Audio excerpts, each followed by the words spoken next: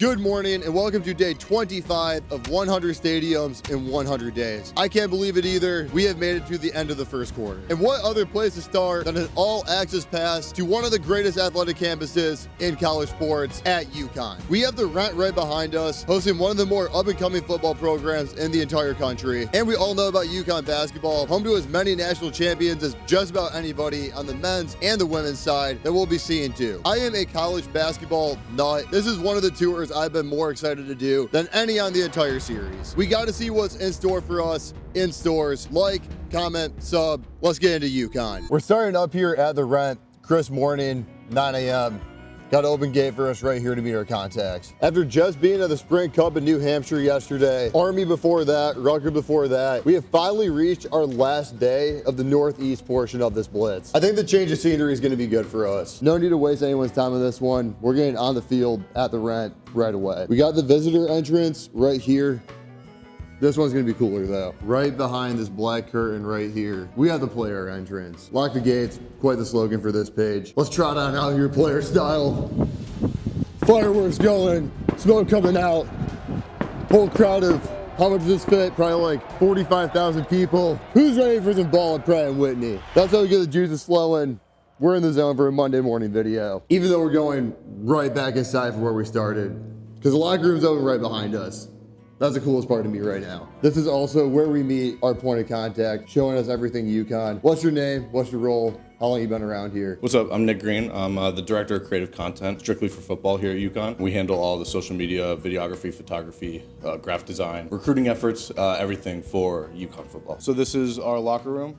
Just got redone this summer. Over here we have the training room. The training room just got redone about 2 years ago. We got the ice baths, we got the benches. All the benches are brand new. So this is just a game day locker room, Just right? game day locker room. Yeah, like for specifically a game day locker room, I would say this is one of the best, if not the best game day locker room I've seen. Usually the game day locker rooms are very nuts and bolts. And this, I mean, this feels like an in-facility locker room. The hallway over here, this got upgraded before the 2023 season. And then the Husky head up on the ceiling got added during the 2023 season. This is our Husky head statue. Every time before game day, guys walk through here, rub the nose for good luck, and then go out on the field. I think every dog statue I've seen at every campus, you got to rub it or touch it or pet it in some way. It's part of the tradition. The nose is what it is at UConn, so. Yeah, the funniest part about this too is it's not on there fully, so you can move it. Sometimes people knock into it, almost knock it over, but it always stays standing. That's a good boy. So to put into perspective, a lot of people that don't follow UConn closely don't know this. We are about a half hour away from UConn's actual campus. But looking around this locker room, usually game day locker rooms are pretty nuts and bolts. This looks like a locker room that would be at most schools' facility. I think we're gonna see that locker room too. I can't imagine how good that's gonna look if this looks like this. I mean, this is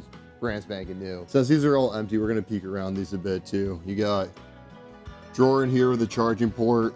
This guy flips down. Nothing in it, of course. Haven't had a game in a couple days. And then I think this is gonna open up too. One little spot for you. We gotta check the visitor locker room after the home one just to compare and contrast. This did actually get recently redone too. At least kind of decent. It looks all right in here. It's not pink like some locker rooms. What does live in the next 6 seconds mean? Like in the next 6 seconds, it's game time. We're out there. I think that this field and this stadium is better than what people on a national perspective would expect it to be. We got some elevators down below, so we should be able to get in this big old press box next. Press level up top.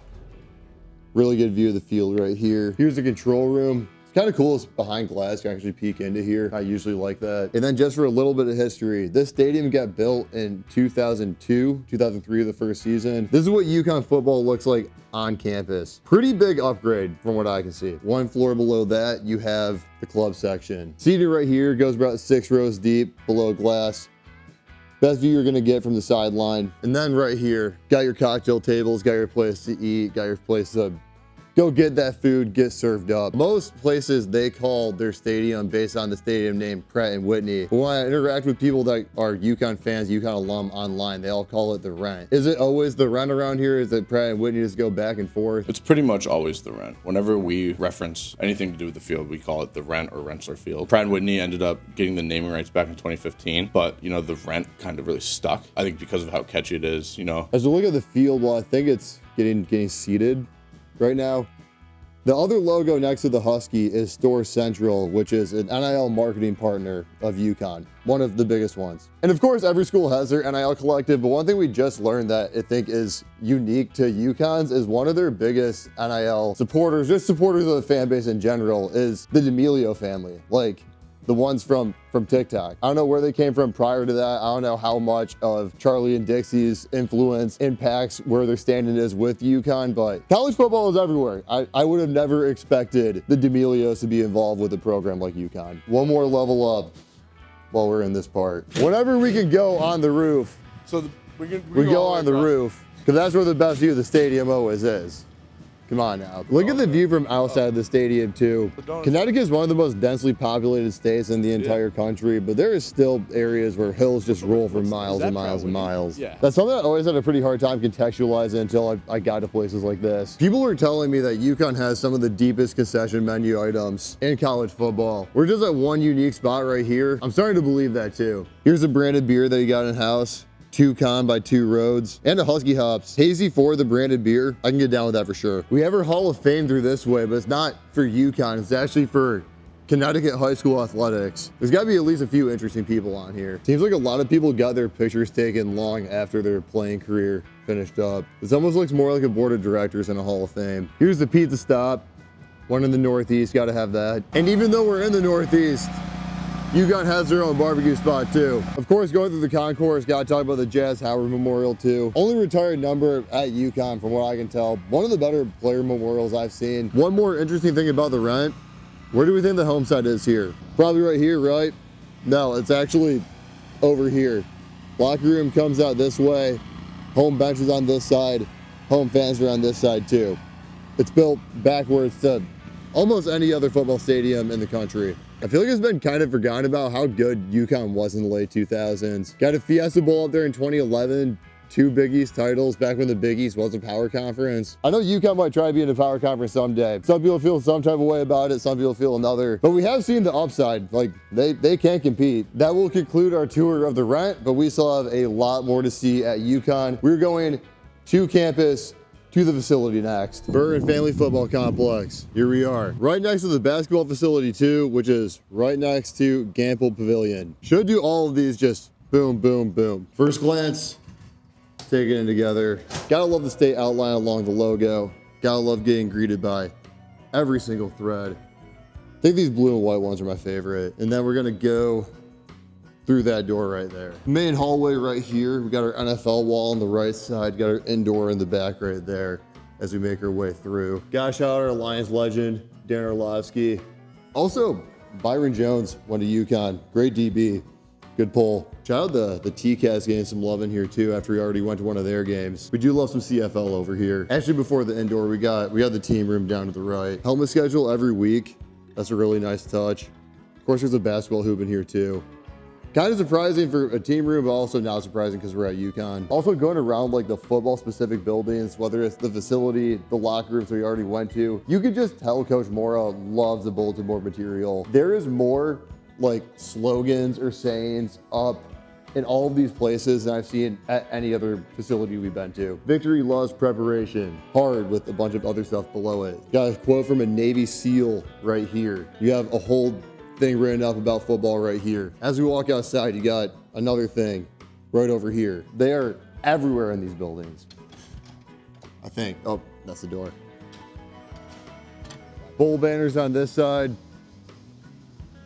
Bowl banners over on that side. Big East titles over here. Anthony Sherman, Byron Jones over there. And of course, another motivational quote. And then we have the weight room over here. I would love to have something like this in like my basement growing up when, you know, you got like the 4-on-4 football with the buddies. Get the actual hashes down. Keep the field narrow so you guys can really, you know, lay the wood. Get down with that for sure. We're gonna try the locker room right here. I don't know who's gonna be in here. We are 5 deep at this point though. 6 if you include the janitor. I think that's gonna help our cause, but we don't know. More bulletin board material. This is really almost the exact same as the game day locker room, which is pretty impressive for the game day locker room. The lockers, I mean, it's carbon copy, the exact same thing, just different color, different branding. Got the actual players' headshots at top, but other than that, this is all really the same. I hate to break it to everyone that clicks on all of those videos you've seen. Inside name schools, $250 million locker room. They're all the same. This company that did these locker rooms at UConn is the same company that did pretty much every locker room in the FBS. For some UConn unique stuff though, we have the Service Players of the Week. Not the best player on the team, but the best player for the team. That's some good motivational stuff too. Then we have a few more internal team awards right here. What's on the menu today? These quesadillas actually look pretty gas. Filled up with anything, rice, chicken, beans, green beans, healthy, hearty. That's eating to win. Players Lounge is right after that. And this is actually my favorite part of every facility because this is where you kind of have the most freedom of expression. Some of these are really interesting. Some of these are really not. Let's see what UConn's working with. Right here's a nice touch. You have the signed helmets from every win. This is from 2022, 2023 over here. And then I think 2024 is above this wall right here. A lot of games from basketball to racing, golf simulator, pool, air hockey over here. Ping pong, I mean, this is really just a man cave more than anything. Just for some frame of reference, once again, this is where we are. Hartford's pretty close to where the rent is. We're 27 miles away from that. 85 to Boston, 142 to New York City. I think you're the first school I've gone to that I've seen a creative suite for, like a whole like dedicated area that big. And from there is where we're gonna dive into UConn hoops. The tough part about this is Gamble that we can see right over there behind the glass. Under major construction right now. Also the XL Center. Somehow UConn has 2 homes for basketball, both under construction. Not gonna get too much stadium content, but we are gonna get in the basketball facility, which is a little bit more behind the scenes for you guys anyways. I'll take the compromise. From what I'm hearing, this could be the nicest facility that we have gone to thus far in the series.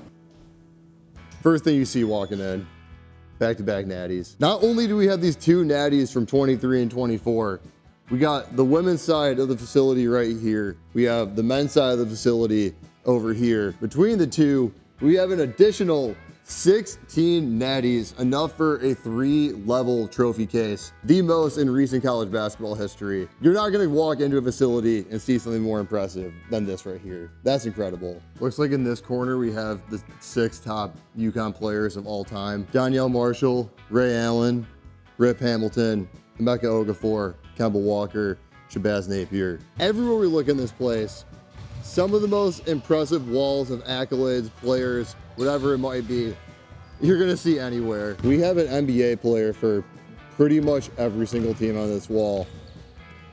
There's not many programs that can keep up with this. All-Americans on this side, a lot of the same people really. And so many Final Four chairs, they're just using them as a bench. I've never sat in one of these before. I think we got to do it. Right between 23 and 24. I don't think I can even get to the bottom one of these. This starts at 10 foot. G-Fed, touch red. I got to get this red guy right here. Standing bird. No. All right. One of the best things that NCAA does, in my opinion, all 6 of these different eras, very unique, very fresh. Tampa's still probably my favorite. This whole place just pisses excellence. Every national championship even has its own logo. 1991's a classic. Some of these newer ones look really good too. I think the newer ones right here look better than those ones. I love a good Sports Illustrated wall in a facility too. Not the first time I've seen this, probably the first time I've seen, how many covers is this? We got 7 times 3, 21. That's pretty impressive. So this is kind of one of my favorite parts here at UConn is, you know, there's so many national championship trophies that you saw downstairs, but when you're winning this much, you need to find places to put all the other trophies that you're winning, all the regional championship trophies, all the conference championship trophies, just kind of in a back random hallway here because lobby's taken up with all the natty trophies. This is more trophies in the back room of UConn basketball facilities than would be in the front room of 90% of Division I facilities. There is literally trophies everywhere. I cannot make this up. We just walked into this being used as a doorstop. 2021 regular season Big East Championship. Now we're done with the men's side. We're gonna catwalk over to the women's side, which both sides of these facilities are visually the same, but of course you just have different banners up for different players. UConn women, arguably better than UConn men. Actually, I won't even say arguably. It is a more prestigious program, which is incredible to say for a blue blood at the men's level, but look at these natties. I mean, the first National Player of the Year up here is Rebecca Lobo in 1993, 1994. That is 32 years ago, and if you add up all of these years with the multiple time National Player of the Year winners. That is, I think, 21 National Player of the Years on the women's side in 32 possible years. Not much of a sports betting channel, but if you were betting on the National Player of the Year on the women's side, you have about a 66% chance of it being someone from UConn. We got women's hockey practice going on. One of only like 40-ish D1 women's hockey teams. Club sections on the floor over here, and right behind us, we have another club section. Balancing hockey and basketball can be so hard at the D1 level. I'm actually very impressed how much renovation is going on at Gamble, and this getting taken care of too. Just for reference on how impressive this is, the volleyball center right here, that used to be hockey. Just a quick compare and contrast. Pretty obviously a different level of facility. You know what? Some of the top of college football game facility tours, always gonna be a hard thing for us. We're getting there every day, but it's gonna be a struggle. But as a college basketball guy, at my heart, at my core, I can't believe that in the first 25 days, we have gotten Duke and UConn on board. In my book, what I did is as cool of a tour as we're gonna do this entire series. And if anything else, that's a W to me. We'll see you tomorrow. Appreciate y'all.